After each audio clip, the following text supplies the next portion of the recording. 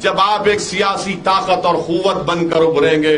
یاد رکھیے یہ لڑائی اسد الدین اویسی اور جاوید اور جمیل اور آصف حاجی آصف جو لڑ رہے ہیں، یہ لڑائی ہم آنے والے بچوں کے مستقبل کو اچھا رکھنے کی لڑائی لڑ رہے ہیں. یہ ہماری لڑائی اپنی ذات کی لڑائی نہیں ہے. یہ ہم اپنی انا کے لیے نہیں لڑ رہے ہیں، اپنی مقبولیت کے لیے نہیں لڑ رہے ہیں. میرے عزیز دوستوں اور بزرگوں، یہی چیزیں ہیں جس کو دیکھ کر لوگ مجلس اتحاد المسلمین سے نفرت کرتے ہیں اور ہم پر الزام لگاتے ہیں کہ وہ بی جے پی سے ملے ہوئے ہیں یا فلاں ٹیم سے ملے ہیں. میں بتانا چاہ رہا ہوں آپ کو کہ میرے شیتر میں حیدرآباد کی پارلیمنٹ میں آج سے 1.5-2 سال پہلے جب میونسپل الیکشن ہوئے تو امت شاہ میرے شیتر میں آئے. آ کر 2 گھنٹے انہوں نے وہاں پر میرے خلاف کیمپین کیا. بھاجپائیوں نے اتر پردیش سے بابا کو بلایا اور 4 گھنٹے اس کو بس میں بٹھا کر حیدرآباد کی خوبصورتی دکھایا. یہ سب میرے خلاف آ کر میرے خلاف کام کرتے ہیں، مگر اللہ کا فضل رہا، نبی کریم صلی اللہ علیہ وسلم کا صدقہ رہا کہ اللہ نے ہم کو بھاجپائیوں پر اور ظالموں پر کامیاب اور کامران کرتا رہا. میرے عزیز دوستوں اور بزرگوں، یہ کام مجلس نے کیا، اس لیے ہم سے نفرت کرتے ہیں. ارے جب اتنے تعلیمی ادارے ہم نے قائم کیے، اسپتال ہم نے قائم کیے، یہ بات سن لو آپ، جب میں مر جاؤں گا تو میری اولاد کو نہیں ملے گا، یہ میرے پریوار اور خاندان کا نہیں ہوگا. یہ قوم کی امانت ہے اور قوم اس کو چلائے گی صبح قیامت تک انشاءاللہ تعالی. ہمارا کوئی حصہ نہیں ہے. اگر میں جب مروں گا، جب کبھی اللہ کا حکم آئے گا، ہم تمام کو جانا پڑے گا. میں اپنے ہیڈ آفس میں میری خبر نہیں بن سکتی کیونکہ وہ قوم کی امانت ہے. یہ مزاج، یہ کام کرنے کا طریقہ مجلس اتحاد المسلمین کا ہے. مجھے افسوس ہوتا ہے کہ جب ہماری دشمنی میں ہمارے لوگ ہماری مخالفت کرتے ہیں، میں ان سے کہتا ہوں کہ آؤ آ کر ہمارا کام دیکھو. جب پورے ملک میں کووڈ سے لوگ پریشان تھے، میں نے حیدرآباد میں ہم نے اپنے پیسوں سے 1000 آکسیجن کے سلنڈر، مجلس کے کارپوریٹر ماجد یہاں پر موجود ہیں، فون آتا تھا کہ ہم کو آکسیجن کا سلنڈر کی ضرورت ہے. ہمارے کارپوریٹر مجلس کے ممبر اپنی جان کو جوخم میں ڈال کر اس گھر پر لے جا کر آکسیجن کا سلنڈر چھوڑتے. جب آکسیجن کا سلنڈر کی کمی پڑی تو لوگوں نے کہا کہ ہم کو وہ کیا بولتے اس کو، وینٹیلیٹر نہیں، آکسیجن کانسنٹریٹر چاہیے. تو کسی نے کہا کہ برطانیہ سے آپ منگوائیے، تو میں نے برطانیہ سے 80 آکسیجن کانسنٹریٹر منگائے. لوگ فون کرتے تھے، تھالی مارنے کے لیے، احسان جتانے کے لیے نہیں کہہ رہا ہوں، لوگ فون کرتے تھے، ہم ان کے گھر کو لے جا کر مفت میں دیتے تھے. کئی مرتبہ 10 مرتبہ آکسیجن سلنڈر کو ریفل کرنا پڑتا تھا. مجلس کے ذمہ دار اپنی گاڑیوں میں، اپنی موٹر سائیکل پر آکسیجن کا سلنڈر، آکسیجن کانسنٹریٹر رکھ کر ان کے گھر تک پہنچاتے تھے. کسی سے بھی 1 پیسہ ہم نے نہیں لیا. لوگ رات میں فون کرتے تھے کہ اسد الدین اویسی میری ماں کو اسپتال میں بیڈ نہیں مل رہا ہے. ہم رات بھر تمام ذمہ دار مجلس کے جاگتے اور اس کے بیڈ دلانے کی کوشش کرتے. آپ کو یاد ہوگا کووڈ میں جب لوگوں کا انتقال ہوا، ان کی موت ہوئی، تو بہت سے سماج کے ہمارے ہندو بھائیوں نے مجھ سے آ کر کہا کہ اسد الدین اویسی صاحب، یہ مسئلہ ہندو مسلمان کا ہے. یہاں پر اگر کوئی مسلمان مرتا ہے تو مسلمان قبرستان میں کووڈ سے مرنے والوں کو تدفین کرنے کی اجازت نہیں دے رہے. ہندو سماج میں اگر کوئی مرتا تو کہتے کہ نہیں یہاں مت لے کر آؤ. میں نے سرکار سے بات کر کے زمین دلائی ہمارے ہندو بھائیوں کے کہ اگر جو کووڈ کا پیشنٹ ہوگا ان کو یہ جگہ مختص کروائی. جہاں پر شمشان گھاٹ میں لوگ نخرے کر رہے تھے، اس میں بھی بھاجپا کے لوگ، تو میں نے فون کر کے کہا کہ حرکت نہیں کرنا. کووڈ کی بیماری ساری دنیا میں، مسلمانوں سے سمجھایا. اور شہر کے باہر ایک گورنمنٹ کی زمین تھی، ہم نے وہاں پر گورنمنٹ سے لے کر وہاں پر ان کی تدفین مفت میں کرانے کا انتظام کیا. لوگوں نے آ کر، مفتی اکرام نے آ کر کہا کہ اویسی صاحب کووڈ کا پیشنٹ تو مر رہا ہے مگر سرکار یہ کہہ رہی ہے کہ اس کی تدفین میں کوئی شامل نہیں ہوگا. صرف اسپتال سے